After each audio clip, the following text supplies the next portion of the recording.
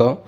சிறகடிக்க ஆசை சீரியலில் இனி என்ன நடக்க போகுது அப்படின்னு தான் பார்க்க போகிறோம். இங்கே முத்து கிறிஷோட பாட்டி ஃபோட்டோவை கொண்டு போய் அந்த ஆட்டோ ஸ்டாண்டில் கேட்குறாங்க.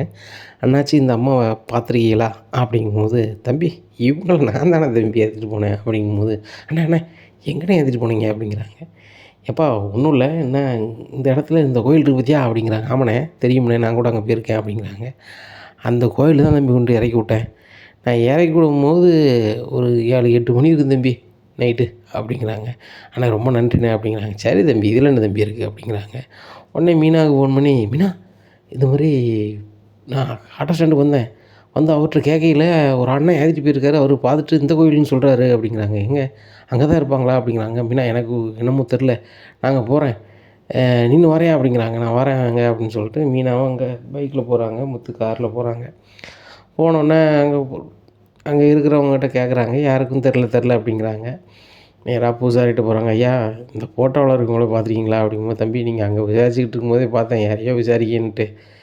இந்த அம்மாவை நான் பார்த்துருக்கேன் தம்பி, நம்ம கோயிலுக்கு வந்துச்சு, ரொம்ப அழுதுகிட்டு இருந்துச்சு பார்த்துக்காங்க. என்னம்மா என்ன ஆச்சு அப்படின்னு கேட்டேன். ஐயா என் மகளும் என் பேரனும் ரொம்ப நாளாக விலகி நின்றாங்க.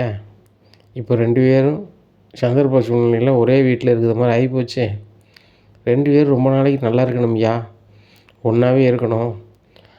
அவனுக்கு என் பேரனுக்கு அந்த வீட்டில் இருக்க தான் பிடிச்சிருக்கு, அந்த வீட்லேயே அவன் இருக்கணும்யா. நீங்கள் தான் ஏன் சாமிகிட்ட சொல்லி அர்ச்சனை பண்ணணும் அப்படின்னு சொன்னது. அப்போ அர்ச்சனை பண்ணது கூட காசு தரணுன்னது. நான் வேண்டாமா, நீங்களே ரொம்ப மனச்சங்கடத்தில் இருக்கிய, நீங்கள் நல்லா இருந்தால் போதுமா அப்படின்னு சொல்லி அவங்க மொக பேர்லேயும் அவங்க பேரன் பேர்லேயும் அர்ச்சனை பண்ணேன்.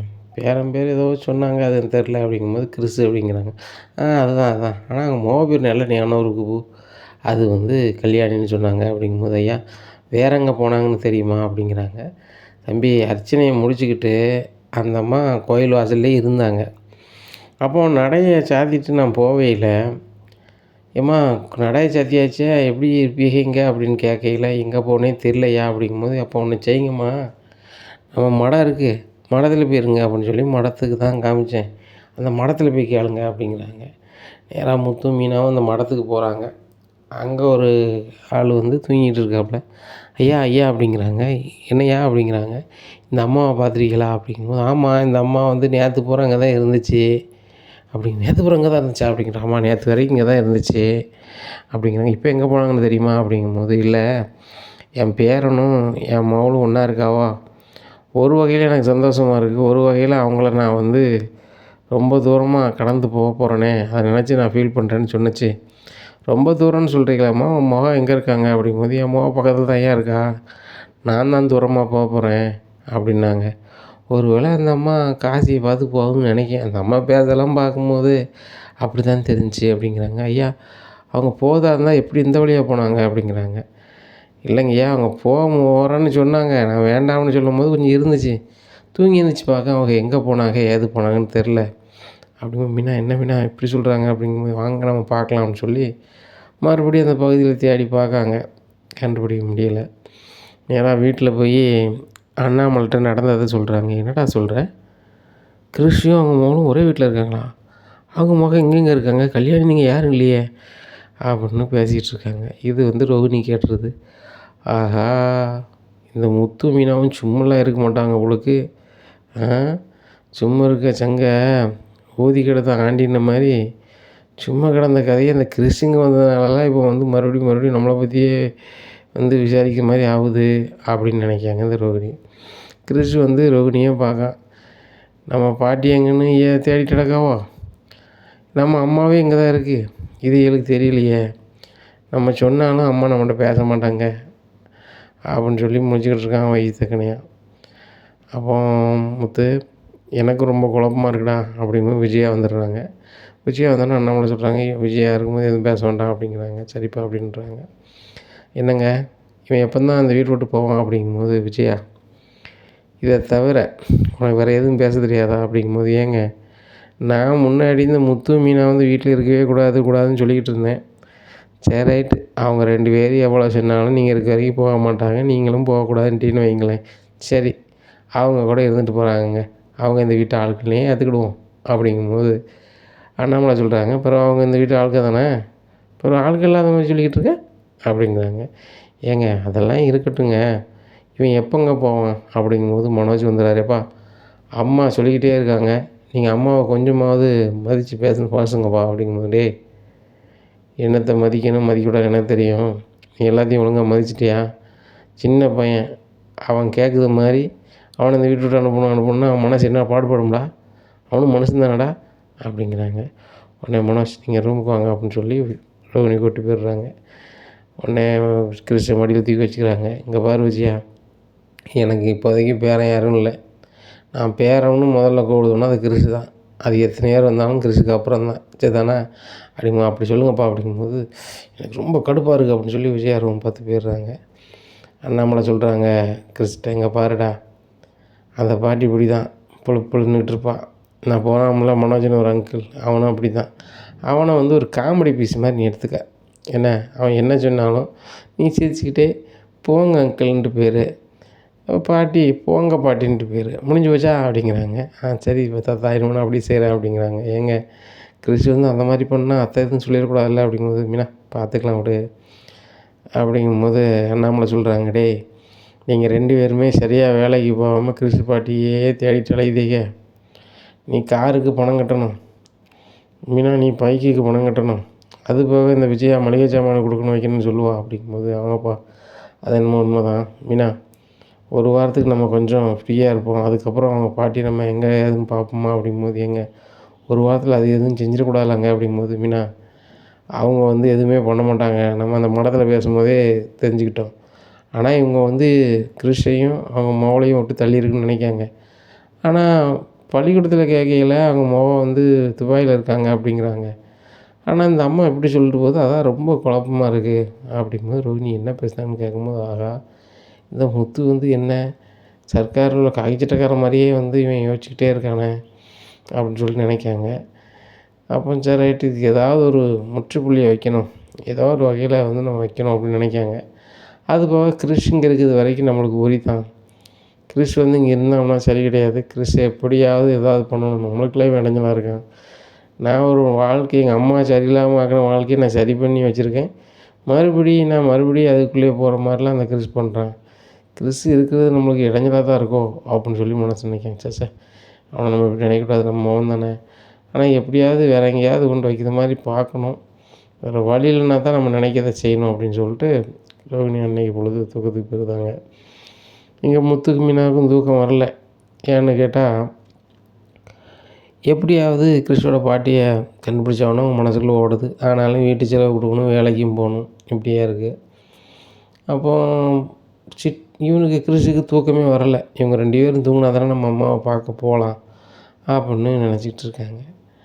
அப்போ ஒரு கட்டத்தில் முத்து மீனாவும் தூங்கிடுறாங்க. தூங்கினோடனே கிருஷ்ணா ஈஸியாக எழுந்திரிச்சி போய் ரோகிணி ரூமுக்கு போயிடுறாங்க. டேய் என்னடா நீ அவங்க தூங்கினோன்னே வந்துகிட்டே இருக்க, அவங்க திடீர்னு எந்திரிச்சிருவாங்க, அப்படி இருக்கும்போது உன்னைய காங்கலாம்பாங்க, இன்றைக்கி எப்படிடா சொல்லி தப்பிக்க முடியும், அன்றைக்கி நீ வந்து பாத்ரூம் வந்தால் போனான்னு நான் சொல்லிவிட்டேன், இப்போ எப்படி சொல்ல முடியும் அப்படிங்கும்போது, இதையும் சொல்லுங்கம்மா, நான் உங்களோட தான் இருக்க போகிறேன், அவங்களோண்டு போக மாட்டேன், இன்றைக்கி நான் இங்கே தான் தூங்குவேன், இங்கே தான் தூங்குவேன்னு சொல்லி கிறிஸ் வந்து அடம் பிடிக்கான். அந்த ஆளை ரோகிணிக்கு சரியான கோபமாயிருது, வெளுன்னு வெளுக்காங்க. வெளுத்த உடனே கிறிஸ் வந்து அழ ஆரம்பிச்சிடுறான். கிறிஸு அழுத சவுண்டை கேட்டோடனே மீனாவும் முத்தும் எங்கேன்னு தேடி வராங்க. எங்கே ரோகிணி ரூமில் தான் சவுண்டு கேட்ட மாதிரி இருக்குது அப்படின்னு சொல்லி கதவை திறந்துட்டு வராங்க. இங்கே ரோகிணி வந்து கிறிஸே வெளுத்துக்கிட்டு இருக்காங்க. இதை பார்த்தோன்னே மீனாவுக்கும் முத்துக்கும் சரியான கடுப்பாயிருது. பாருறம்மா என்ன பண்ணிகிட்ருக்க, கிறிஸ் மேலே எங்கே யோசிச்ச அப்படின்ட்டு இருக்கும்போது மனோஜ் எந்திரிச்சிடுறாரு. என்னடா அவங்களுக்கு தூங்க மாட்டேங்களா அப்படிங்கும்போது கிறிஸ்ன்னு இருக்கிறான். நீ எங்கிட்ட அங்கே வந்த அப்படிங்கும்போது, டேய் அவன் சின்ன பையன்டா, ஹாலில் பாத்ரூம் ஏதோ இல்லை, அவனுக்கு பாத்ரூம் வந்திருப்பான் அப்படிங்கும்போது மீனா சொல்கிறாங்க, நான் தான் அன்றைக்கே சொன்னேன் கிறிஸ் இங்கெல்லாம் வராத, நான் உன்னை கூப்பிட்டு போகிறேன், என்னை எழுப்புன்னு சொன்னோம்ல, ஏன்டா அங்கே வந்த திருவா அப்படிங்கிறாங்க. மீனா நீ சும்மா இரு அப்படின்னு சொல்லிட்டு, பார்லர்மா இன்னும் கிறிஸ் மேலே கை வைக்கிற மாதிரி இருந்துச்சுன்னா அவ்வளோதான் பார்த்துக்கோங்க அப்படிங்கிறாங்க. உடனே எங்கள் ரோகிணி ஒரு மாதிரி ஆயிடுறாங்க. உடனே மனோஜ் எந்திரிச்சு வந்து, என்ன நினச்சிட்ருக்க, நீ வந்து தேவையில்லாதவனை கொண்டு வீட்டில் கொண்டு வைப்பேன், யாரோ எவரோ என்னமோ அவனுக்காக வந்து என் பொஞ்சாதியை பேசுவியோ, இன்னமும் வந்து ரோகிணியெல்லாம் நீ பேசாமல் இருந்துச்சுன்னா அவ்வளோதான், எனக்கு என்ன ஆகுது, என்ன கோவம் வருமோ உனக்கு தெரியாது அப்படிங்கிறாங்க. அப்படியா உனக்கு கோவம் வருமா அப்படின்னு சொல்லிட்டு டவார் பலார் பலார்னு வாங்கிடுறாரு. டேய் என்னடா ஏமாரில் வாங்குத, ஒழுங்காக போயிரு அப்படிங்கிறாங்க. மனோஜ் இது உங்களுக்கு தேவையா அப்படிங்கிறாங்க ரோகிணி.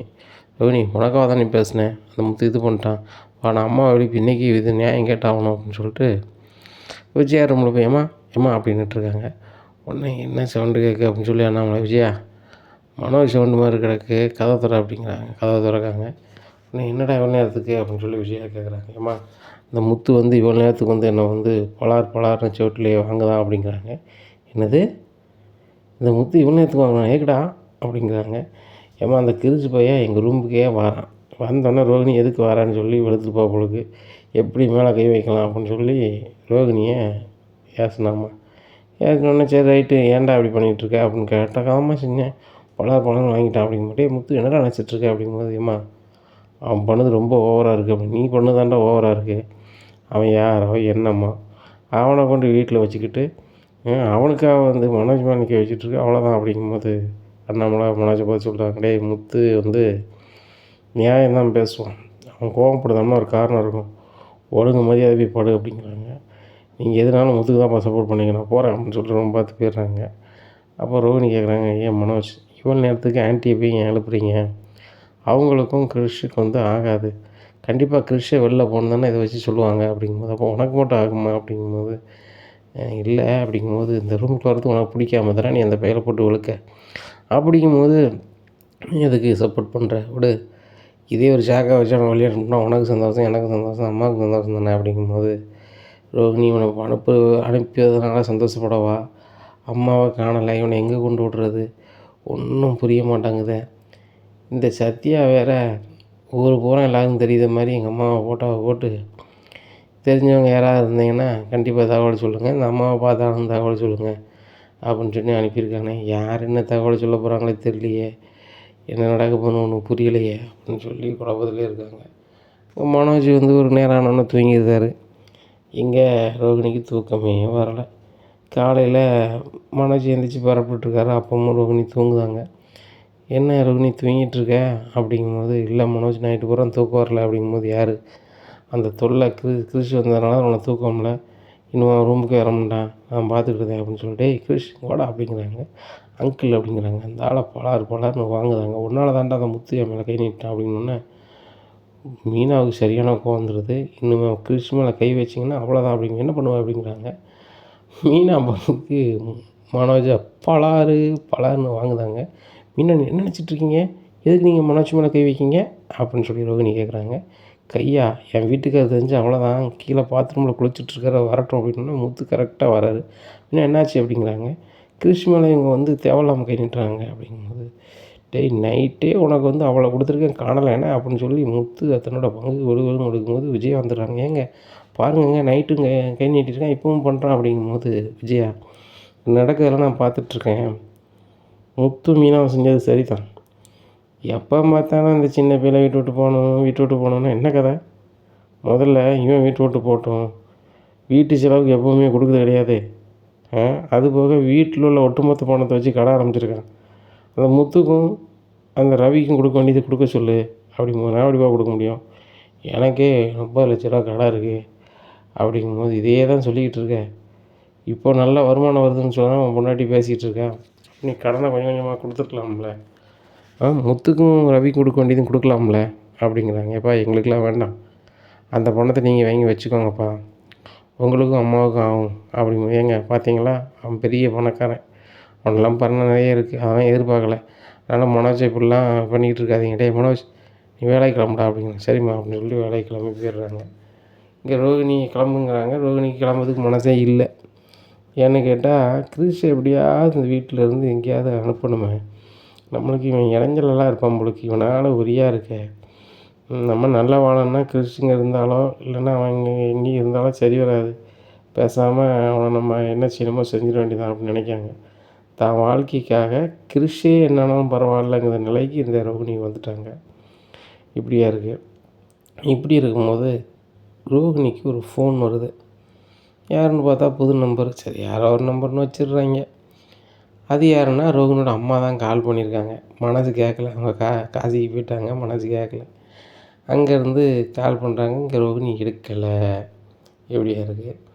மனோஜ் வேலைக்கு கிளம்பி ரோகிணி குடும்பம் நான் வரல, எனக்கு தலை வலிக்கு அப்படி இப்படிங்கிறாங்க. அதானே நைட்டு பூரா இந்தவங்களாம் தலை தான் வலிக்கும், சரி தூங்க அப்படின்ட்டு போகிறாங்க. அப்போ விஜயா கேட்குறாங்க, என்னடா ரோகிணி வரலையா கடைக்கு அப்படிங்கும்போது, இல்லைம்மா நைட்டு பூரா தூங்கலை, அதனால் தலை வலிக்குன்ட்டா அப்படிங்கும்போது, டேய் ரோகிணி அப்படிங்கிறாங்க. ஆண்டி அப்படிங்கிறாங்க. ஆண்டினா அவங்க கூட போகண்டாமா அப்படிங்கிறாங்க.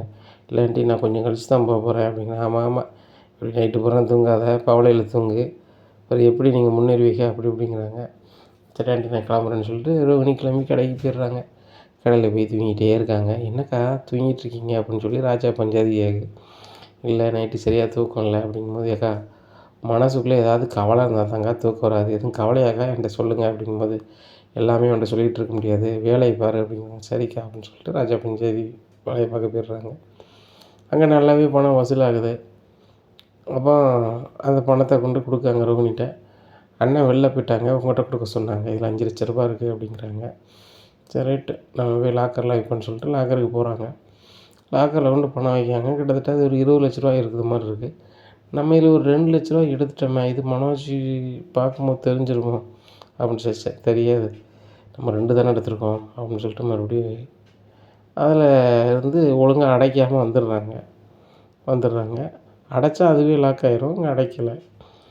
அப்போ அவங்க வேறு சிந்தனையில் இருக்காங்களா. அப்போ ராஜா என்கிட்ட போகிறாரு. சரி ரைட்டு அப்படின்னு சொல்லிட்டு அவர் பஞ்சாதிகிட்ட சொல்லுவார். பஞ்சாதி அதில் ஒரு 3 கட்டு எடுத்து தான் பேக்கில் கொண்டு வச்சுக்கிட்டாங்க. இப்படியா இருக்குது. ஆக அதில் ஒரு 1,50,000 ரூபாய் அவங்க எடுத்துட்டாங்க. ரோகிணி ஒரு 2,00,000 எடுத்துட்டாங்க. அப்போ 3,50,000 ரூபா அதில் குறையுது. இப்படியா இருக்குது. இந்த சூழ்நிலை ரோகிணி நினச்சிட்டே இருக்காங்க. சரி ரைட்டு, கிரிஷ் நம்ம வீட்டில் இருக்கிற வரைக்கும் நம்ம நிம்மதியாகவே இருக்க முடியாது தான், நம்ம வாழ்க்கையும் சரியாகாது அப்படின்னு சொல்லிட்டு நினச்சிட்ருக்காங்க. இன்னொரு ஃபோன் வருது. உடனே ஹலோ அப்படிங்கிறாங்க. கல்யாணி நான் அம்மா பேசுகிறேன் அப்படிங்கம்மா. நீ எங்கே இருக்க அப்படிங்கும்போதே, அப்போதையும் கால் பண்ணண்டி அப்படிங்கிறாங்க. என்னம்மா எங்கே இருக்க, எப்படிம்மா நீ கிரிஷை விட்டுட்டு போவ இப்போ அப்படிங்கும்போது, உன்கிட்ட தானடி விட்டு போயிருக்கேன் அப்படிங்க. ஆமாம், நான் என் புருஷன் ரொம்ப சந்தோஷமாக இருக்கோம்ல, கிரிஷை கொண்டு விட்டு போயிருக்கேன், அந்த முத்து மீனை நம்பி தானே விட்டு போனேன் அப்படிங்கும்போது, இப்போ தெரியுதா உனக்கு, நீ பார்த்துக்க மாட்டேடி, நீ இருக்க வீட்டில் கிரிஷ் ரொம்ப சந்தோஷமாக இருக்கிறான், அதனால தான் விட்டு போனேன், உனக்கு எந்த கவலையும் வேண்டாம், அந்த முத்து மீனை நல்லா பார்த்துப்பாங்க, அவங்க வழக்கு கேட்கையிலேயே நான் கொடுத்துருக்கணும், உன் பேச்சை கேட்டு நான் கொடுக்காமட்டேன், இப்போவும் ஒன்றும் கெட்டு போகல, என்ன ஒன்று நான் அவங்கள்ட்ட சொல்லாமல் வந்துட்டேன், அவங்க என்னை தப்பாக நினைப்பாங்க, ஆனால் என்னை பற்றி உண்மை தெரிய வந்தாலோ, உன்னை பற்றி உண்மை தெரிய வந்தாலோ என்னையை தப்பாக நினைக்க மாட்டாங்க, நான் செஞ்சது சரின்னு நினைப்பாங்க அப்படிங்கும்போது, உன்னையும் சரின்னு நினைப்பாங்க, என்னையும் இந்த வீட்டை விட்டு அனுப்பிடுவாங்க, நான் இருக்கிறது அவனுக்கு பிடிக்கல, இப்போ எங்கே இருக்கேன்னு சொல்லி நாங்கள் உன்னைய பார்க்க வரேன், கிறிஸ்டை பேசாமல் அவனை கொண்டு தந்துடுறாம்மா, நீ வச்சுக்க, நான் மாதம் என்ன தரணுமோ தரேன் அப்படிங்கும்போது, அதானடி உன் வாழ்க்கை தான் உனக்கு முக்கியம், கிறிஷ் அங்கே இருக்கும்போது சந்தோஷமாக இருக்கேன், அந்த வீட்டில் தான் இருப்பேன்ட்டான்.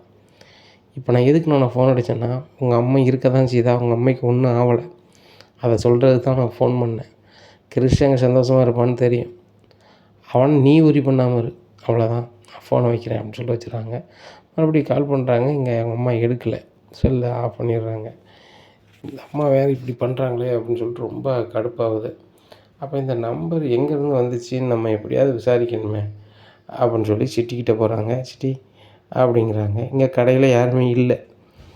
சிட்டிக்கிட்ட போகிறாங்க. சிட்டிகிட்ட போய் இந்த மாதிரி எங்கள் அம்மா கால் பண்ணாங்க, வீட்டிலேருந்து கத்திக்கிட்டு போயிட்டாங்க, எங்கே போனாங்க ஏது போனாங்கன்னு தெரில, ஆனால் இவங்க ஃபோன் எங்கேருந்து வந்திருக்கு அதுன்னு தெரியணும் அப்படிங்கும்போது, இதை நம்ம பார்க்க முடியாது, உங்கள் வீட்டில் தான் வந்து முத்து இருக்கான்ல, முத்து சோளப்பாடி வந்து காய்ச்சட்டக்காரனாக தானே இருக்கான், அவன்கிட்ட கொடுத்தா தான் பார்த்துருவாங்களே அப்படிங்கும்போது, நீ நல்லா ஆளு சிட்டி, அவன்கிட்ட சொன்னால் தான் எல்லாமே முடிஞ்சு போவேன், அவன்கிட்டலாம் சொல்லக்கூடாது, இதை எப்படியாவது கண்டுபிடிக்கணும் அவங்க எங்கே இருக்காங்கன்னு சொல்லிட்டு அப்படிங்கிறாங்க.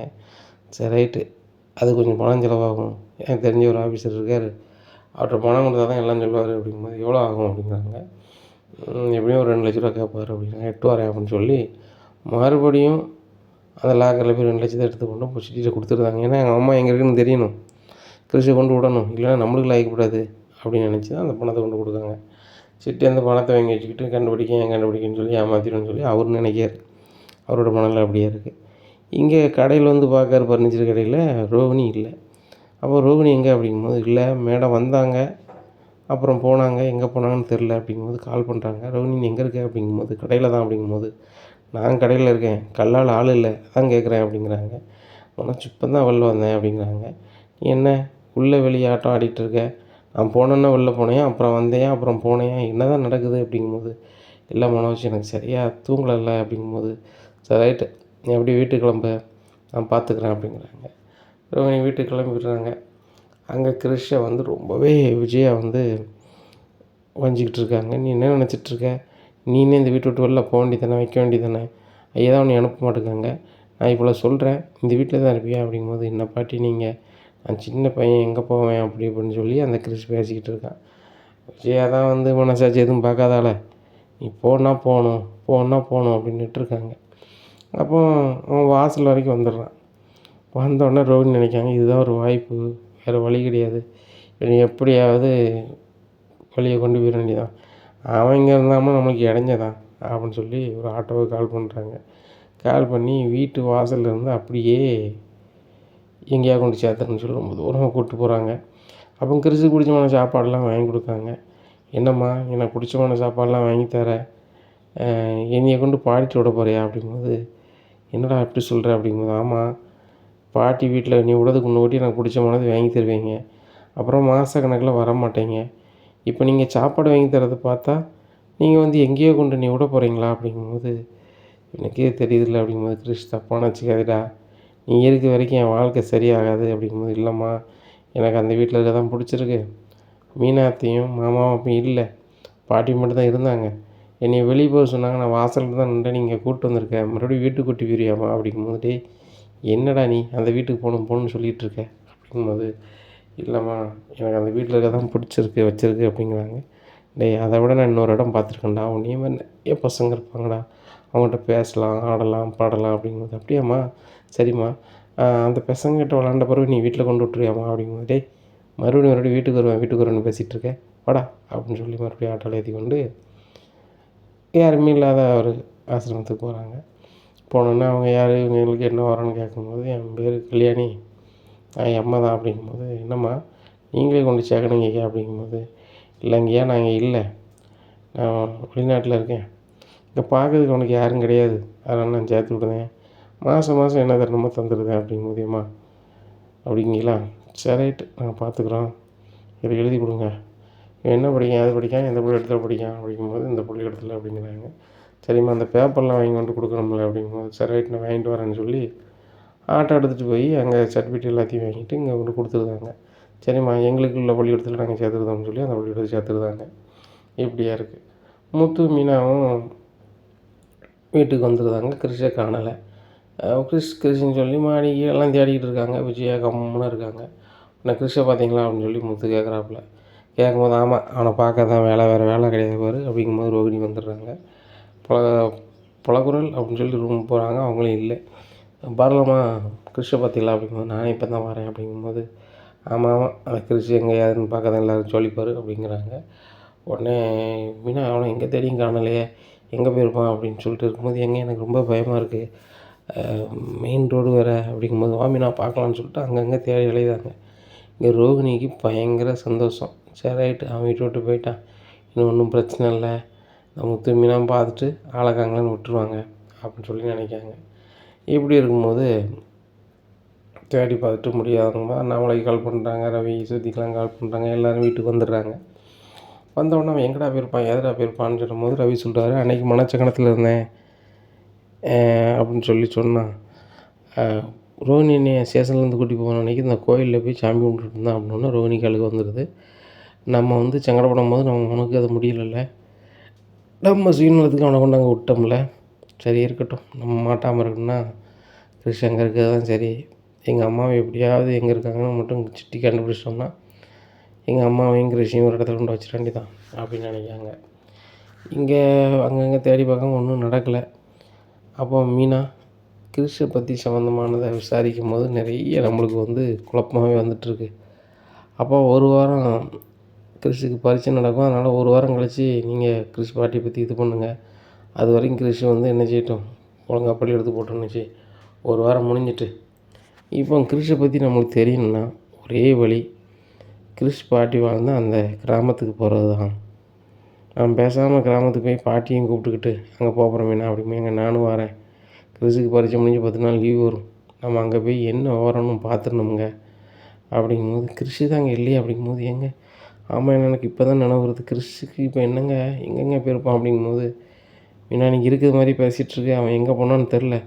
வா நம்ம ஸ்டேஷனுக்கு போகணும்னு சொல்லி ஸ்டேஷனுக்கு போகிறாங்க. ஆஹா ஸ்டேஷனுக்கு போனால் வீட்டிலேருந்து கூப்பிட்டு போனது நம்ம தானே, எதுவும் தெரிஞ்சிருமா, நம்ம வீட்டில் வேறு கேமரா இருக்க அப்படி இப்படின்னு சொல்லி ரோஹினி நினைக்காங்க.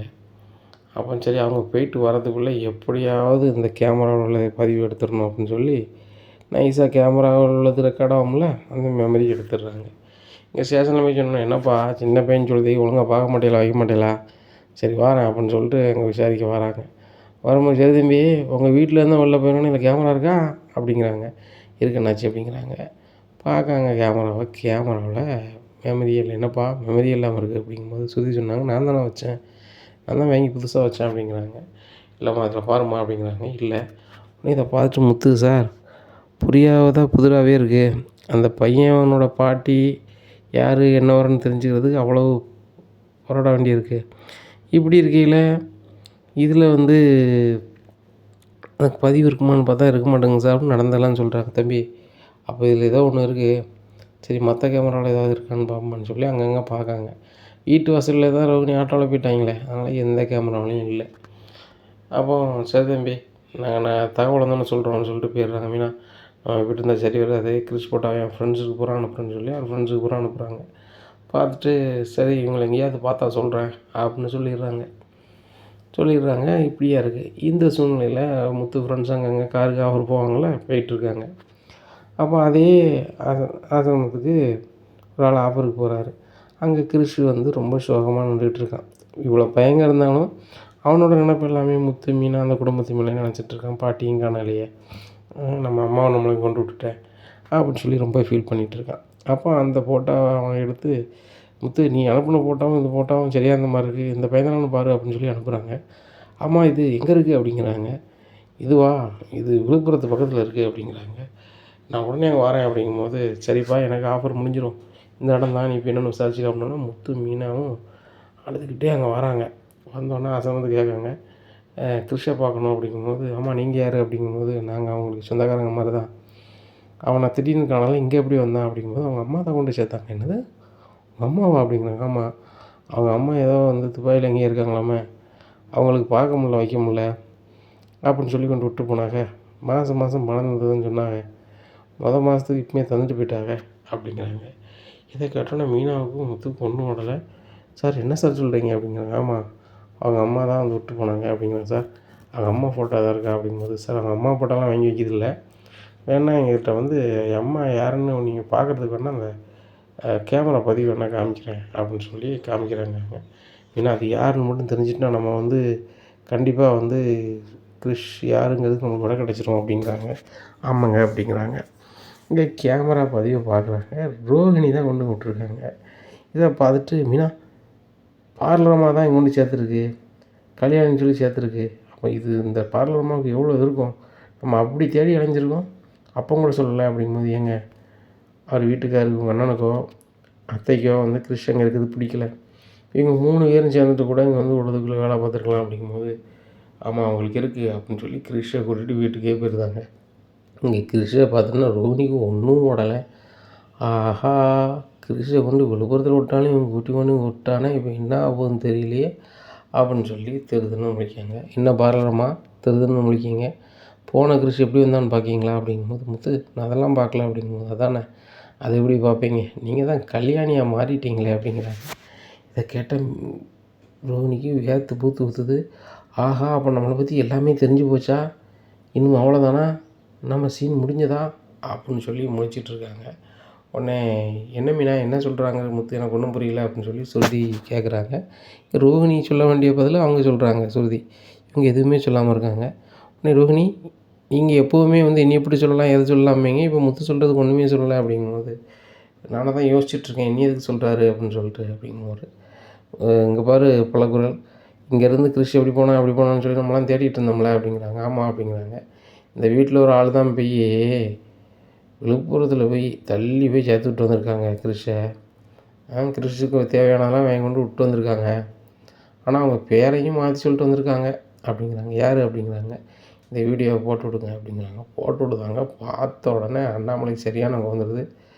ஏம்மா ரோகிணி, நீ எவ்வளவோ தப்பு செஞ்சுக்கிட்டு இருக்கேன்னு எனக்கு தெரியும். ஆனால் இந்த மாதிரி பண்ணணுன்னு நான் ஒரு காலம் நினைக்கல. நீ எல்லாம் ஒரு ஆளாமா அப்படிங்கிறாங்க.